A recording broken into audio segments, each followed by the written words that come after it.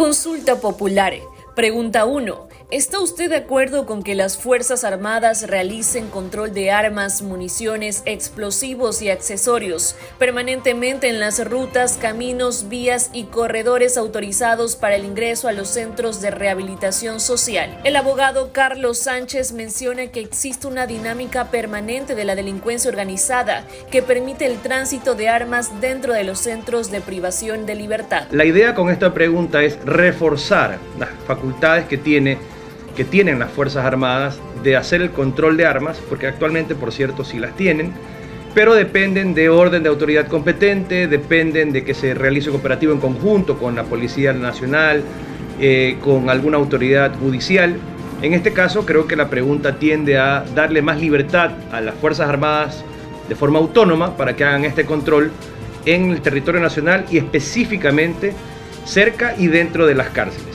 Pregunta 2. ¿Está usted de acuerdo con que se incrementen las penas de los delitos de terrorismo y su financiación, producción y tráfico ilícito de sustancias catalogadas sujetas a fiscalización, delincuencia organizada, asesinato, sicariato, trata de personas, secuestro extorsivo, tráfico de armas, lavado de activos y actividad ilícita de recursos mineros, reformando el Código Orgánico Integral Penal conforme el anexo de la pregunta? Sánchez afirma que el incrementar las penas no es una solución absoluta, pero podría ser parte de la solución.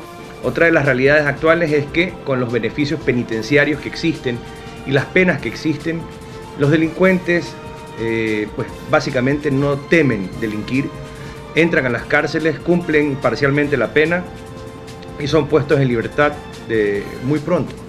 Entonces, lo que propone el gobierno con esta pregunta de la consulta es elevar la cantidad de años que una persona va a pasar privada de su libertad por un delito grave. Pregunta 3. ¿Está usted de acuerdo con que las personas privadas de la libertad cumplan la totalidad de su pena dentro del centro de rehabilitación social en los delitos detallados en el anexo de la pregunta, reformando el Código Orgánico Integral Penal conforme consta en el referido anexo? La abogada Valeria Constante, magíster en Derecho Procesal, nos explicó esta pregunta.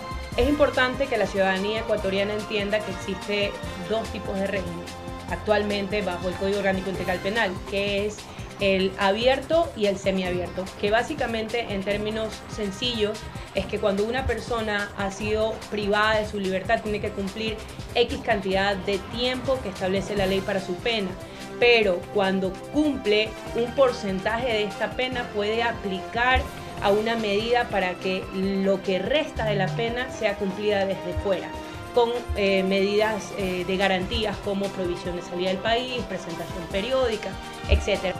En caso de ganar el sí en esta pregunta, el privado de libertad ya no tendrá la opción de poder aplicar a este régimen abierto o semiabierto, por lo que tendrá que cumplir con la totalidad de su pena. Pregunta 4. ¿Está usted de acuerdo con que se tipifique el delito de tenencia o porte de armas, municiones o componentes que son de uso privativo de las Fuerzas Armadas o la Policía Nacional, sin afectar a las armas de fuego permitidas para uso civil, reformando el Código Orgánico Integral Penal conforme el anexo de la pregunta? La clave en esta pregunta es la palabra inmediato.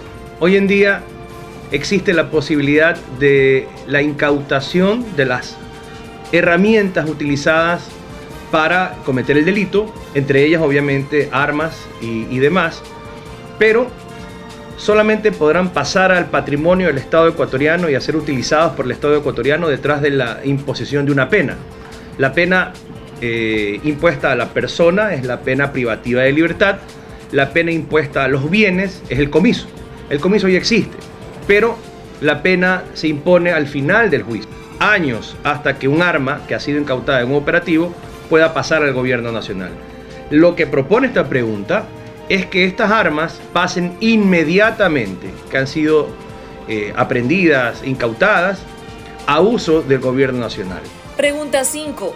¿Está usted de acuerdo con que las armas, sus partes o piezas, explosivos, municiones o accesorios que fueron instrumentos u objeto material de un delito puedan destinarse al uso inmediato de la Policía Nacional o las Fuerzas Armadas, reformando el Código Orgánico Integral Penal conforme el anexo de la pregunta? Lo que propone el gobierno con esta pregunta es que el control de armas y las facilidades para portar armas sean exclusivas para las Fuerzas Armadas, aquellas que tienen sentido con su uso, y que la ciudadanía permanezca con el uso facultado de armas que hagan sentido con la defensa personal y no otra cosa.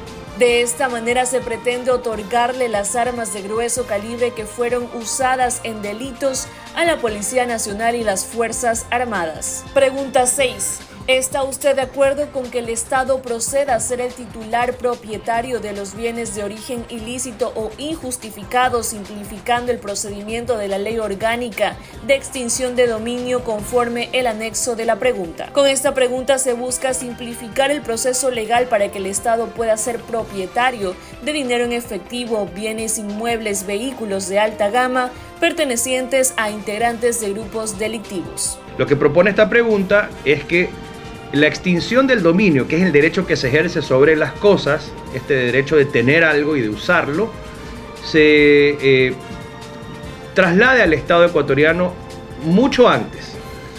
Porque de nuevo, si esperamos a que corresponda a la imposición de una pena, tendremos que esperar el decurso absoluto de todo el proceso penal, y eso, pues lamentablemente, no importan los altos estándares de nuestra justicia que llegue a tener, ojalá, siempre va a tomar años.